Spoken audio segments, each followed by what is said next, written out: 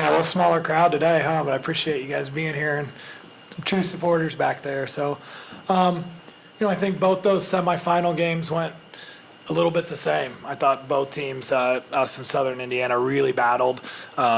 I do think we kind of ran out of gas. We talked about how I think there was a little bit of an advantage for us getting that momentum going and playing a couple games. That's a big credit to them. I mean, I couldn't imagine sitting there watching us just build and play emotionally and get going, and then they have to come in and play at that level. That's really impressive by them. And then obviously on the flip side, I thought we made that run in the third quarter. They took a, 6-7 point lead, and maybe we cut it to 1 or so, and then we just couldn't answer with that second run in the fourth. I'm really proud of our team. I thought we fought. I thought we showed, what we're capable of, and I hope that will kind of carry over to next year a little bit.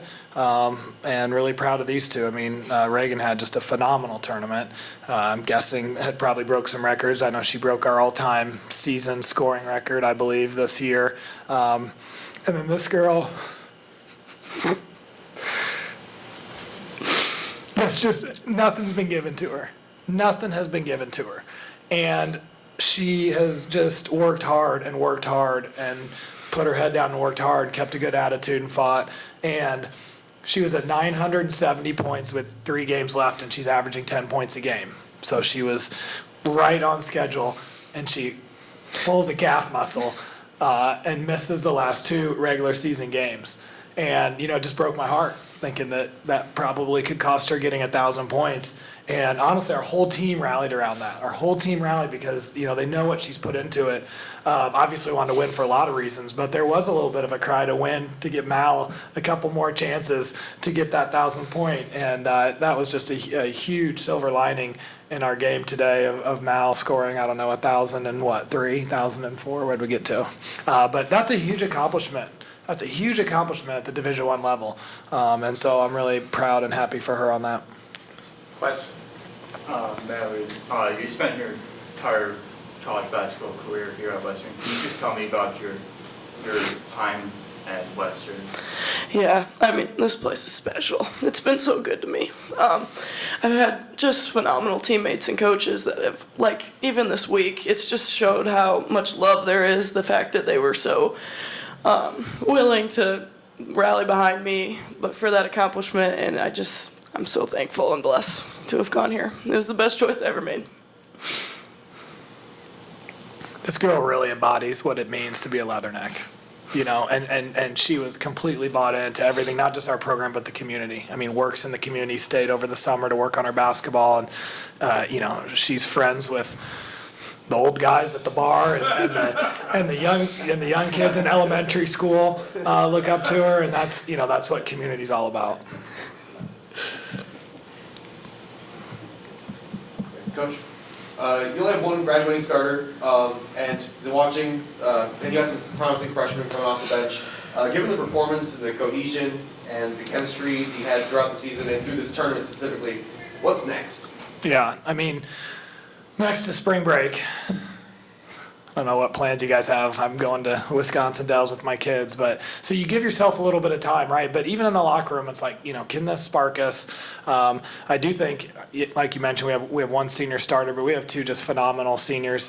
Kenny Flanagan was maybe one of the best leaders I've ever coached. She's been here for 6 years, and another just great community kid, great Leatherneck. And then Jasmine Nichols, who joined us, all the way from California, a long way from home, and it's just been a great positive influence on our team. So we will miss them. We will miss all 3 of them. But obviously we have just a phenomenal core coming back. We have some good young players who I think we're right on the cusp of playing. Madison Davis obviously stepped up a lot.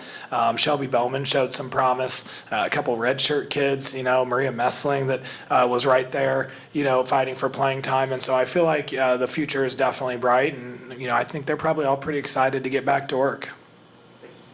A question for you, Raegan. You had 17 points again in the first half. What or who helps you be so consistent in your game? Kind of like I spoke on last time, I think, just kind of coming into this game, knowing that we've been here before. And I think that's the mentality that we came in with. We've been here before, this is our first game off the bat. So I was just ready to kind of take what the defense gave me.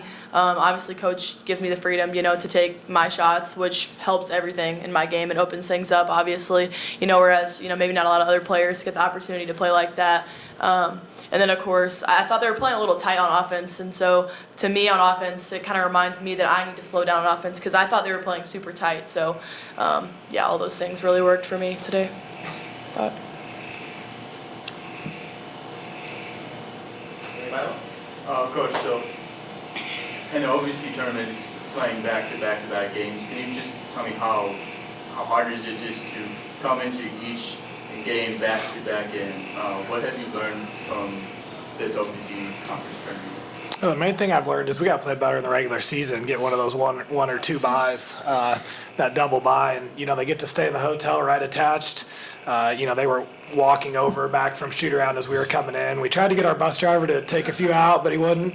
But that's a big part of it. This conference rewards a great regular season. I think I really like that. But yes, we were running on pure adrenaline. I mean, I could kind of feel it each night, just getting a little more tired, and then not sleeping as well each night, which is a bad combination. But you could feel it with our team, but you also just had so much momentum and adrenaline that I really think for the most part of the game, we were able to sustain that. And then, maybe fourth quarter, we might have ran out of gas a little bit. And another thing is developing depth.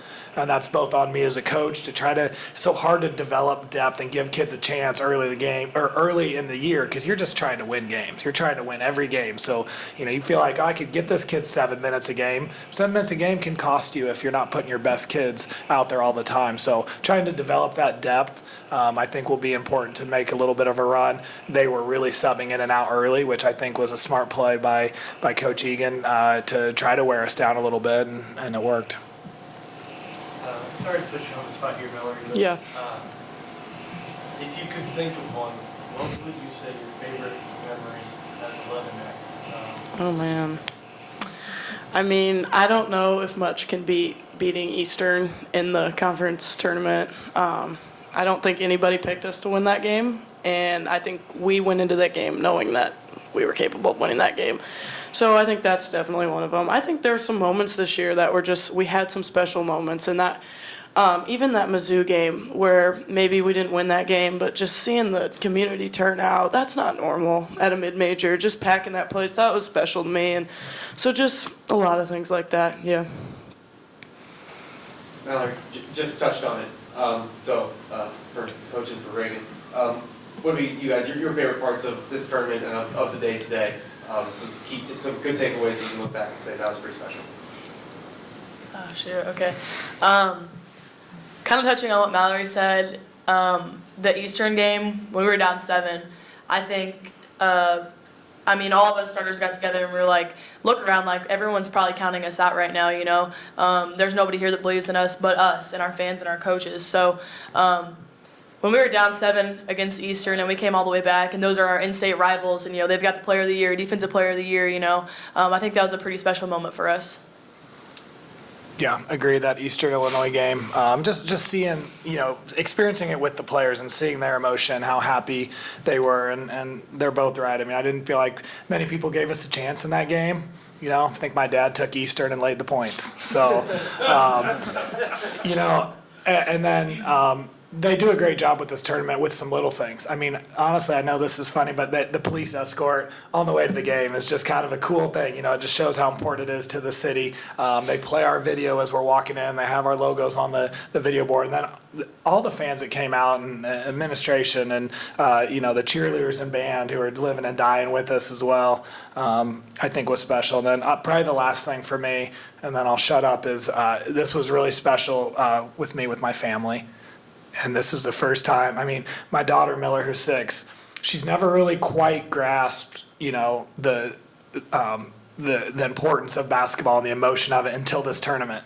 And seeing her go through that and just bawling at the end of the game and kind of figuring out like what we're doing here and what Dad's doing his job. Before it was playing with her grandma and getting a snack, but now she's really invested in the team. And when her coming to that age and the other two just loving it, and Marin being on the bench with us has been really special for me. Anybody else? All right, thank you all. Thank you.